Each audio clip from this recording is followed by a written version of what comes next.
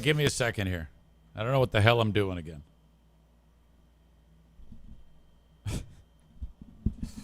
Look at it's all the video's all screwed up. My camera's not centered. Welcome into another edition of I almost said the Insane Asylum. How could I possibly do that? The Eric Zane Show podcast, a daily show where I discuss news, nonsense, and my personal adventures. From right here in the Impact Power Sports studio. Impact Power Sports, that's where you go to buy fun things like ATVs, four-wheelers, side-by-sides, three-wheelers, two-wheelers, one-wheelers. I don't know if they sell those one-wheeler things. Have you seen anybody on one of those things? It's like one big fat tire with like platforms on either side of it, on both sides of it, and they look like impossible to stand on, but then everybody who uses them, they seem to be very proficient at it. Very interesting. I don't think they have those.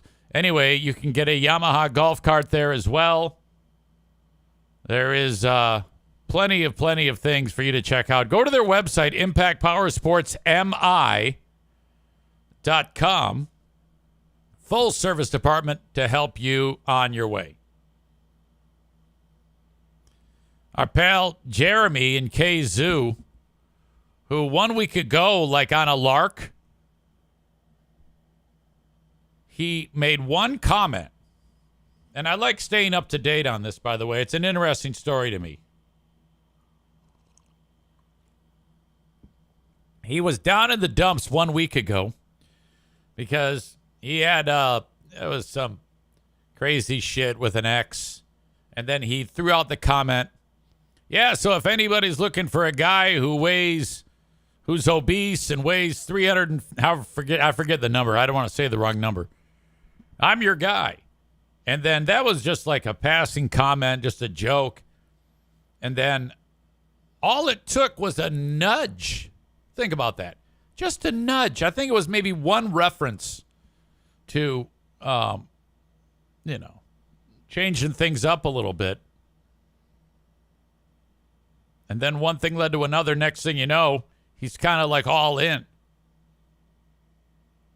And being a little bit more careful with what he does.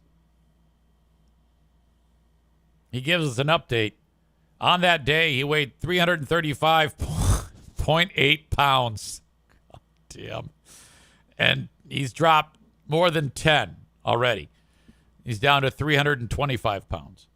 Okay, so today is another day to continue on that road. Nice job up to this point, but today is what we're focusing on. So you're going to stay at it with that nice intermittent fast today. And then it's going to come time to eat. You're going to eat. All right. I mean, seriously, intermittent fasting alone is a pretty strong thing. Chris says, should we fire up the diet bet and those burgers you'd make with eggs? Easy. Chaffles.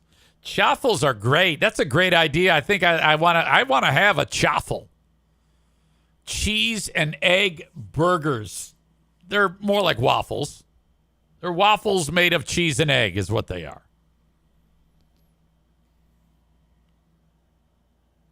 Jeremy says, today I have 1,900 calories total with about 160 grams of protein, all portioned, and be ready to go. You see, you've done this all. We haven't done anything.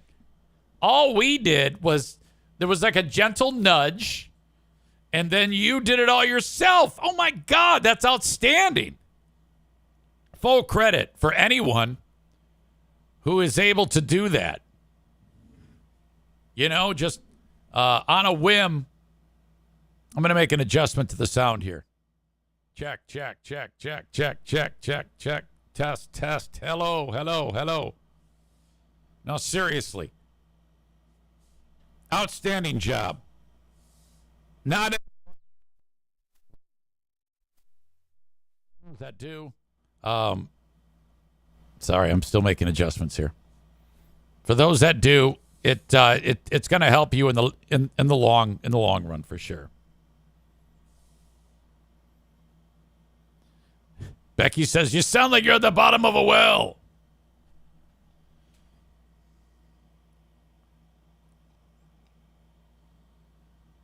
And that 1,900 calories, you're not exactly withholding calories. That's a pretty fair amount of food. Now you're definitely in deficit, but not by a ton. And plus, all that protein, it's really good. You know, it can be, you might want to be careful with all that protein. It might wreak havoc on your gastrointestinal system. So you might want to make sure you have like enough fiber, you know, maybe a little bit of Metamucil. That stuff works great. You can take it in tablets if you don't like to dissolve the stuff and drink it on in. Because with that much protein, I mean, make sure you're getting plenty of, you know what I mean? And Chris reminds you to exercise. So the protein has something to do. Ryan is here. Maureen says, are you feeling better yet? Remind me, what was the matter? You had COVID, right? Hope you're doing okay. And welcome. I was just thinking about you the other day. I was like, where is he? Where is he? Where's he been? Oh, my God. Yeah, I think about you guys from time to time. Like, you remember Nikki Constantine in Maine? AWOL. Don't know where she is. Don't know what happened. Is she okay? I got to send her an email. Not to mention Trucker Dan. Where the hell is Trucker Dan? There was one more that was on my mind. Oh, Brandis. Brandis in Iowa, I believe. Where the hell has she been?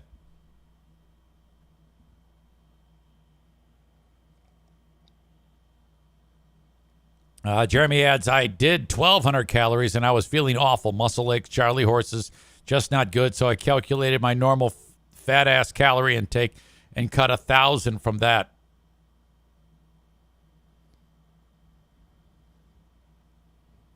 All right. Ugly Tits is here. She says, your new time really screwed everyone up. Yeah, thanks. Chris says, I think the change in start times lost a few live listeners. All right, maybe. That's actually a good comment. Ashley's isn't. Totally ball busted. Come on now.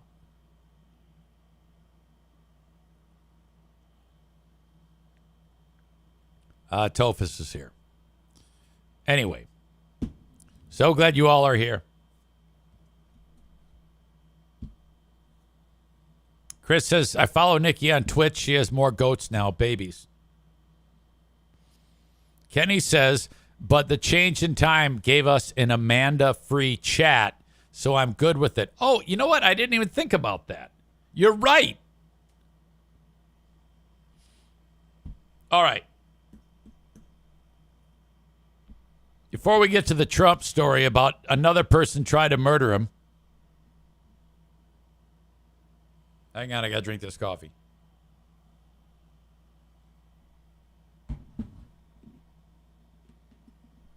This weekend, okay, so I go up north in the truck, 4 dogs. Get on the property. I wander into the trailer. The 50, I think it's more than 70. It might be more than 70-year-old trailer, which this is not a... I was reading that a mouse can get into an area the size of the like a pencil. Like how big around the end of a pencil is. Now I don't know if I believe that. Maybe if it's a baby, like a real small baby.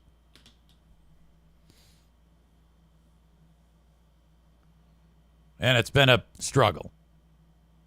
I went up with no Pooh Bears, so I'm just gonna sleep in the trailer. And she goes, I don't know how you can do that. So I go in there, and it immediately smells like something has died, and something has died. 2 mice are in my traps. So that's a terrible feeling when you walk in there, and I mean it stinks up the whole place. So you get that. I put on gloves, plastic gloves. I get that out of there. I turn on the AC. I open up any type of ventilation I can get going, so I can sleep without the smell of a rotting animal. But I'm like, I'm not going to bed until I reset the traps. Kenny says, I think you've lost the battle against the mice. Oh, yeah. Now it's just a matter of, when I go there, doing what I'm doing right now. Set the traps. I wake up. I look where the traps are. The mice are managing, because I noticed when I first walked in and got the 2 dead ones, several of the traps, all of the bait, which is peanut butter, is gone, but the trap hasn't been sprung. I'm like, what the? Did bugs eat it or something? I set the trap before I went to bed Friday night. I wake up Saturday morning, look at the trap. The peanut butter is gone. The mice are, now these are, it takes nothing to set a mouse trap off. Because when I set that goddamn trap and I'm holding it, and then occasionally it'll go off, and it's so scary. It frightens the shit out of me every time. I don't know how the fuck they are managing to do that. These are mice. It's not like they're going to reach over with just their mouth and not step on it. So I'm like, what the fuck? So when I looked at it, there was mouse turds all around it. The mouse just went and walked around the thing and took shits on it, on all around it, and then ate all the damn peanut butter. That's what happened. Unbelievable. The idea has been floated many times about easy. You need to install the bucket with the spinny thing at the top, or the walk the plank deal, so that they fall into the bucket filled with antifreeze or whatever, and then they drown. Yeah, you're right. I think that needs to be a regular thing. And I've been saying that for how long? Every time I come back from Fear Bunker North and then I start this show with a mouse update, I'm like, I got to get the bucket. I got to get the bucket. But no, I'm saying it again. I got to get the bucket. Because the way I see it, if there's 100 mice trying to get in and I kill 2, they're gonna continue to multiply. But if I can cleanse the community around the trailer with bucket fever, so that every time I go in there, I have a bucket full of corpses to get rid of. Okay? I can create the trailer as, I can call it Auschwitz. Never mind. Forget that I said that. It's a horrible idea.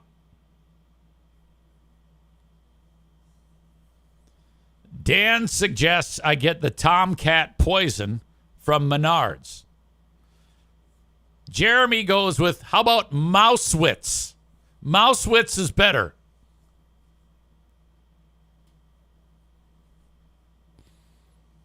Tyler says, how many mice do you think you've murdered in total? I don't know. A ton, but many more are trying to get in. Mousewitz makes more sense. I like Mousewitz.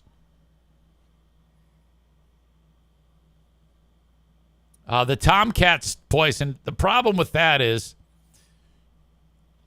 the mice then die with the poison in their system, and the dogs find the mice. Or there's a risk that the dogs could get at the poison. Yeah, it's not good.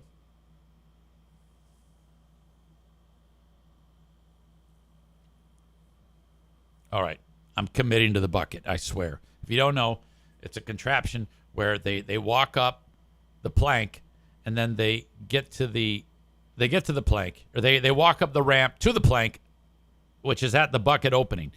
They walk to the end of the plank where the bait is, and then it's weighted, and then it tips, and then the mouse falls in the bucket. That's what you do.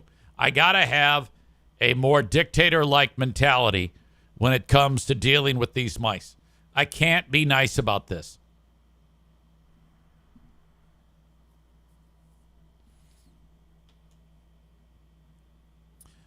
Corey is weighing in about the attempted assassination of Trump. And he says this attempt no one gives a shit about. He's right. No one cares. And then he says Trump probably staged it to get his numbers back up. Yeah, I don't know. I really find anything like this a little bit hard to believe. I'm torn. Sometimes I do, sometimes I don't. Chris says, quote unquote, committing to it regarding my walk the plank stance on the mice equals might remember it next time when he's already up there. You know, you're right. Yes, that's true. But I'm adding it to the list. And if it makes the list, there's a pretty good chance it's going to happen. And I just entered it. I wrote walk the plank. Look, I got the list. And on the list, look, it's just called to do. That's my to-do list. Walk the plank. Werner Roofing podcast details. Wedding shit. Haircut. Windshield. Janine shout out. Serenity Club. Roundup. Mow. Weed eat. Edge. Watergrass. Roll up hose. Invoices. Roll up hose. Who has to put roll up hose on their list of things to do? You just roll it up. The time it took me to write roll up hose, I could have rolled up the hose. What an idiot. Ryan says the bucket is great, but with the volume of Fear Bunker mice, you may need to replace the bucket every 20 minutes. Otherwise, they will just fill the bucket and walk out. Oh, shit. Yeah, that would be horrific. If I walked into the trailer after like the winter and it's falling, it's full of mice. That would be the most horrific thing ever. Maybe I get like 2 or 3 buckets. Like a bucket brigade on this deal. This is a never-ending story. I mentioned Werner Roofing. Werner Roofing is the company that I went with to put the roof on the house. And I felt so bad for dude from the Roof Doctor because this got the ball rolling. Poor Roof Doctor guy showed up at the house and said, hey, your roof's in bad shape, man. You got to get this repaired or totally replaced. I'm like, yeah, you're right. He did a great job. You all said to me, get a couple more estimates. All right, I did. And they were all great. They were all excellent. Everyone's estimate was right about the same price. The lowest was actually Roof Doctor. Of all the estimates I had, Roof Doctor was least expensive. But actually, I went with most expensive. Believe it or not, I went with, I shouldn't say most expensive. They were separated by not that much money at all. No, there was no clear cut, oh, this is costing you an outrageous amount of money. Nothing like that. But one of the things that stood out to me was I mean, it's a fucking $25,000 item. I don't have $25,000 just to plunk down. If I'm going to do that, it's going to be on Maddie's school. Which, by the way, one more payment. I go, hey, you got any financing for this? You got financing? And dude from Roof Doctor says, yeah, it's 12 months. I'm like, 12 months? Yeah, I need a longer term than that. Went to my boys at Werner. They go, yeah, we got you covered. I go, all right, cool. So whatever. A couple $100 a month, no big deal. I don't give a shit. And he goes, you can pay it off whenever. You get the extra cash, you pay it off, and you're done. Look at, see? I'm trying to get them on the podcast. I'm reaching out with we're in the early preliminary stages of getting Werner on the show as a sponsor. As you know, all my sponsors, I like to actually do business with them. Tyler says, I'm guessing Easy went with the company with the most employed Mexicans. I don't know the Mexican count with Werner. That would make it perfection if it was. So, Werner goes, yeah, of course. Go ahead and you can finance that, no problem. I go, okay, great. Done and done. All right, I'm going with you. And I reach out to Roof Doctor. Yeah, buddy, I can't do it. Wow, what happened? Yeah, I went with them. They were more flexible. I couldn't swing the 12 months. And he goes, Jesus, it's frustrating. Like half an hour later, he goes, oh no. I go, what's up? He goes, I'm new here. We have that financing too. And I'm like, oh my God, are you serious? He goes, yeah, that's on me. I go, yeah, I guess it is. Sorry, dude. That is this company, Werner. The guy who runs it, his name is Chris. And what's his last name? Is it Chris Werner? What is his last name? He grew up with Linda. Radio voice Linda. So this is all on her. She said all along, she goes, you're going to love this guy's company. They do such a good job, Easy. I'm like, yeah, whatever. No. And I ended up going with Werner Roofing. So that's good. I'm excited to get them on board. I'm working on that right now. We're in the early stages of the negotiation. We will see. Tyler says, quote, thanks for letting me know I needed a new roof doctor. I'll let Werner know to thank you for my business. That's exactly what had happened. I said to him, I go, a dude from Roof Doctor, go, you did get the ball rolling. I wasn't even thinking about it, so I appreciate you doing that. But unfortunately, I am not giving you my money. Stevie says, what happened to your arm, Easy? Was that a mouse hunting accident? No, it's a burn from the oven. It's worse than I thought. It didn't hurt day of, but it hurts like fuck now. It's a pretty juicy burn. It goes with this one too, that I had on my arm from. Now I got like all sorts of burns on my arm. This was first day at Q100, March 18th, 200-degree T. Burnt the shit out of me. Okay, here come the remedies. Put some honey on it, says Rebecca. No, I don't want anything on it. I want full pain and full scarring. That's what I want. So, overridden with mice. Pooh Bear disgusted. I clean the entire place, vacuum up all the turds, and then I disinfect everything that I'll be working, preparing food, shit like that. Now, Saturday was epic because I got up, I lit a fire, I walked out in the woods, I picked up some sticks, I put it on the fire, and then I did that again and again and again for 3 fucking hours. I went so far as to take a picture of the fire and send it to Chris D. True story. I told you, all I do is putts. I said, I had a plan. I said, Saturday, I'm going to pick up sticks. And then I'm going to cut down 2 trees that I've been eyeing forever. And I'm going to listen to 2 football games. Before I get to the football games, I cut down this one tree, And then I cut it up into logs and pretty much standard length. And then I got to go split them. What I noticed when I picked up the logs on this dead tree was they were heavy, very heavy.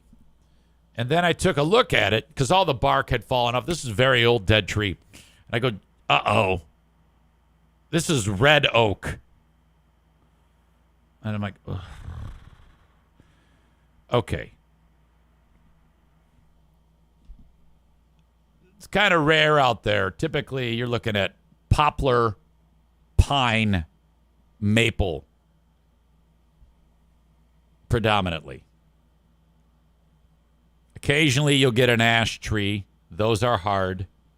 Or an ironwood tree, also very hard. But this is a red oak, and that means you're fucked when it comes to splitting these.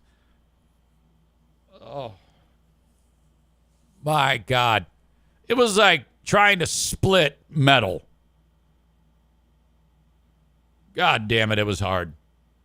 It got so bad that I even went and took the logs that were about maybe 24 inches and cut them in half in an effort to be able to split them.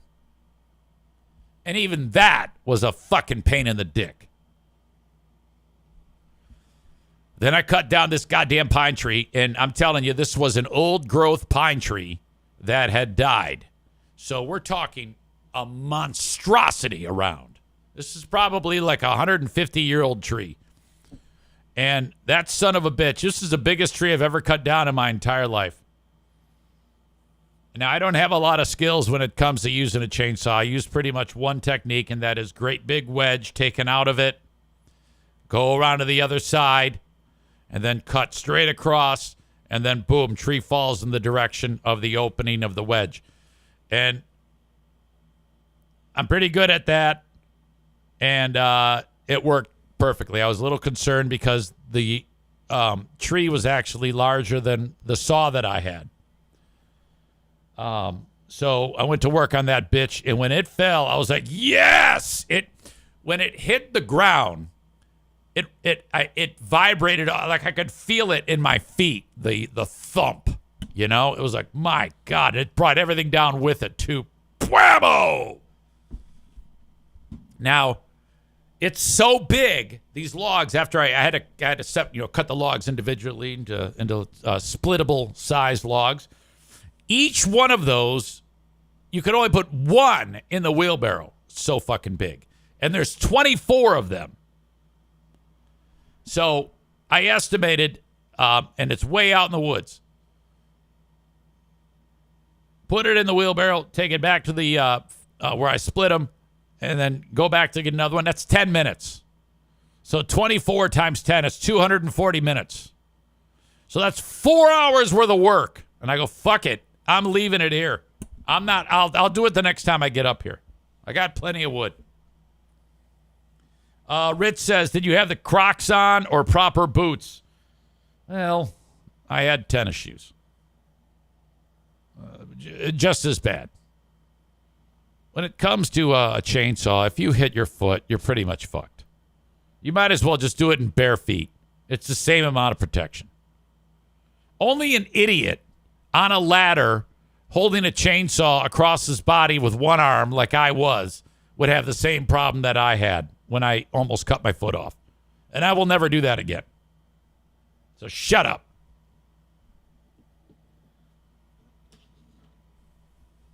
Jeremy writes, ironwood is like splitting metal. Like iron?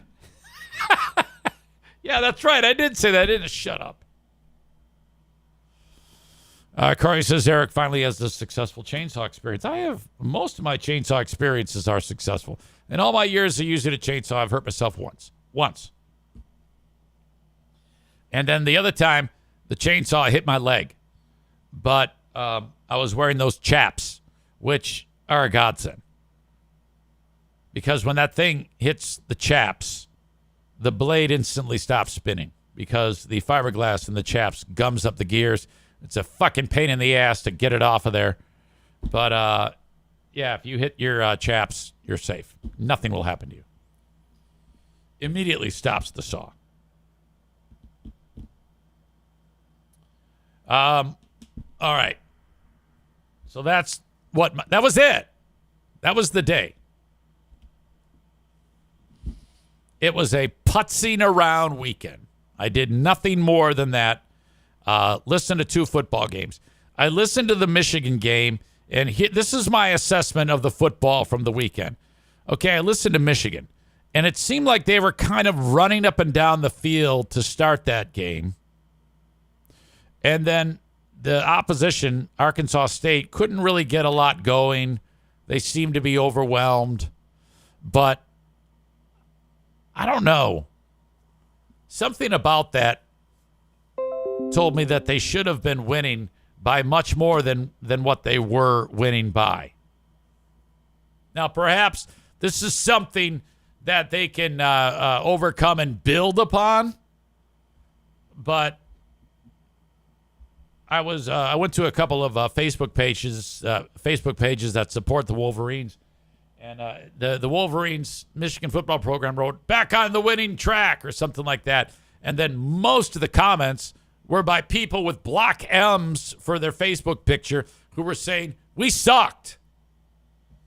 So a lot of Michigan fans, except Joe Martinez, are saying that this was a hollow victory because they ended up allowing Arkansas State to get 18 points, and they should have had 24 points because they missed 2 field goals. So Michigan wins it 28-18, not even close to covering, and it could very well have been 28-24. That would have been unbelievable. It wouldn't surprise me if Michigan actually drops in the standings, in the polls, after that game against Arkansas State, and they host USC this coming weekend.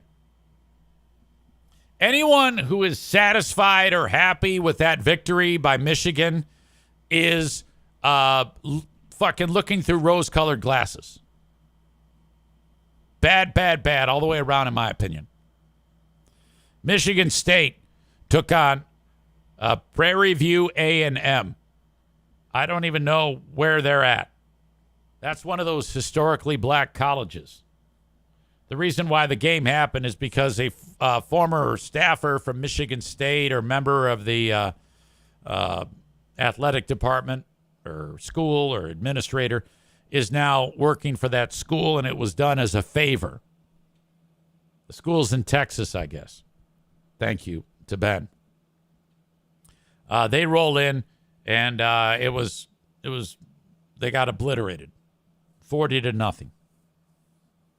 They didn't. I don't think Michigan State covered, though. I think Michigan State was favored by like 43. So Michigan State, they play at Boston College Saturday evening. That is their first real test. Well, I take it back. Maryland was a pretty good school, and it was on the road. Now, I'll tell you this. With USC coming to Michigan, in Michigan, a lot of questions surrounding them. If USC shows up and beats their ass like Texas did, oh, man. Okay. Now we're talking about real misery this year. A lot of questions about the quarterback position at Michigan, how they could have, and I talked about this last week, how they could have not gone out of their way because I think they have a seventh-year player, a walk-on, and 2 3-star quarterbacks who were, when they were in high school, were 3-star players. If you're at Michigan, you got to have a 4 or 5-star quarterback. You can't have a 7-year returning player, a walk-on, and 2 3-star athletes. 3-star athletes go to fucking Ferris State. They don't go to Michigan. And in a day and an age when you can pay top dollar and get the best athlete, why are you, after a national championship with that momentum, struggling to get a good quarterback?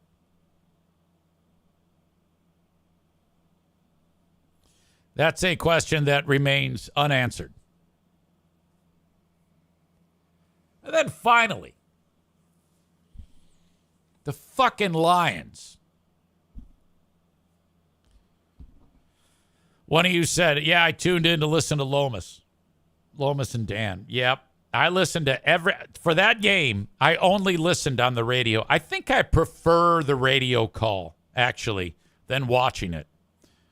Unless if I have my phone and I'm doing something around the house. I can't ever just sit and the only thing I do is watch the Lions. If I have something else going on, that's what I prefer to do because then I'm not like wasting time, especially if they do poorly.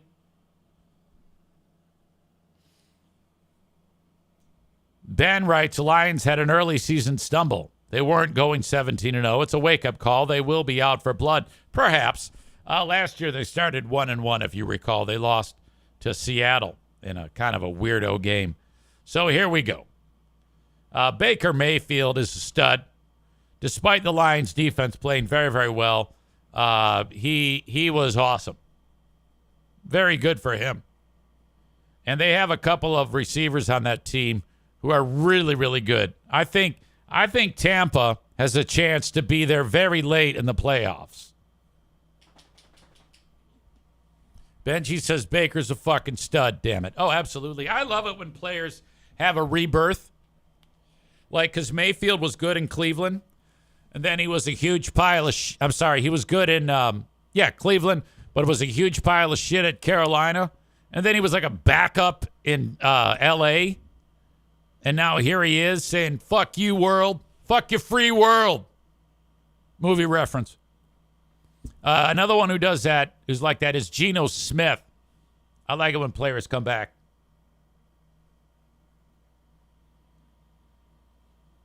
Joe Martinez is here.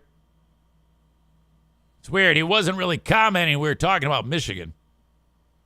He says Lions suck. Well, they did yesterday, but not so much the defense. I was pretty happy with the defense outside of a blown coverage that resulted in a touchdown. The defense played very well. Dan Campbell came out publicly and said that, and he took ownership on the play where late in the first half, I guess they were supposed to spike the ball, and he sent out the kick team or some shit, so he was all bummed out. Whatever. Who cares?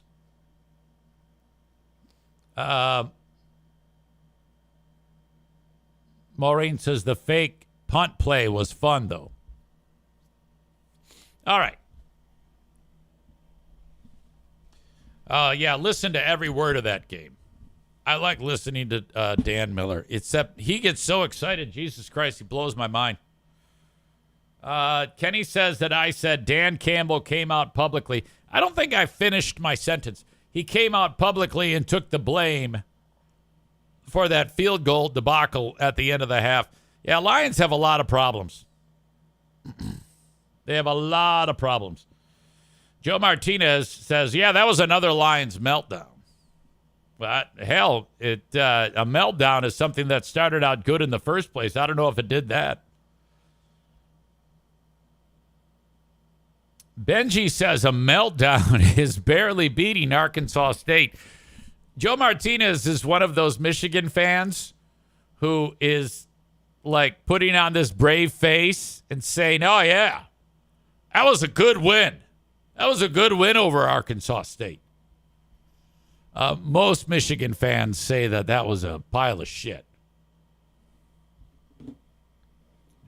That's not me saying it. That's Michigan fans saying it. I don't know if he'd say it, but Michigan's in trouble. I cannot wait until Michigan and Michigan State play. Okay?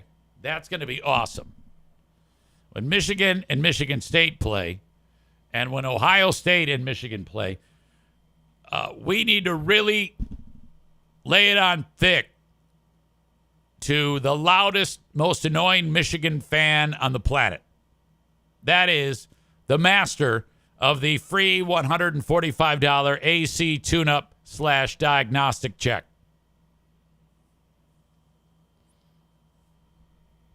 Joe writes to Ben Weller, did they win? Did they have over 200 yards rushing? Not sure. That is a meltdown. Okay. You are the only person that thinks that was, like, good.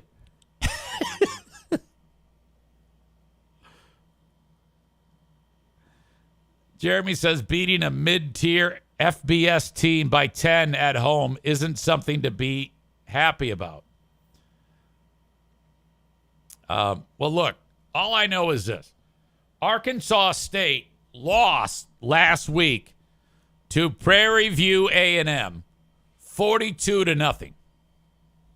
So the team that Michigan State beat 40-0 beat Arkansas State 42-0. And Michigan only beat Arkansas State by 10 points. So, in fact, if you were to look at the ranking of Arkansas State, between all the divisions, there are 745 college football teams. And Arkansas State is 741.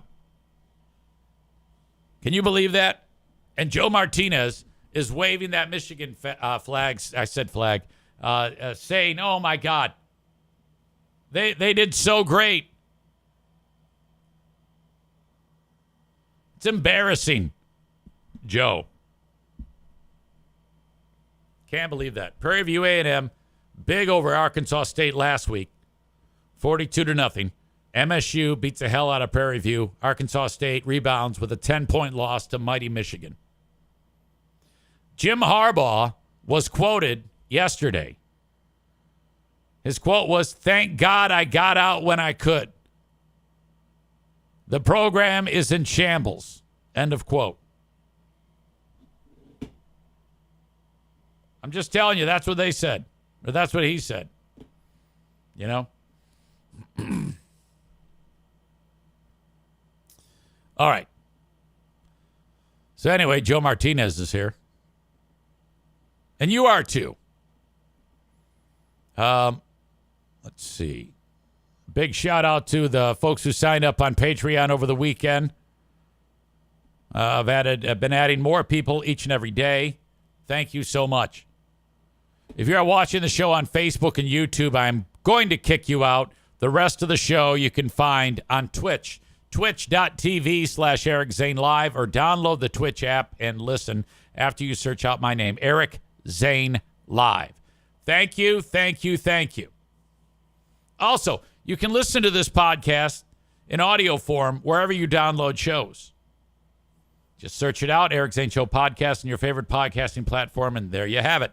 Email brought to you by Shoreliner Striping. Reach out with an email, eric@ericzaneshow.com. I appreciate you. And then, of course, Patreon. We're back at it this week with another edition of Who Are These Free Beers? And we will also feature the Ben and Eric Patreon podcast. All right.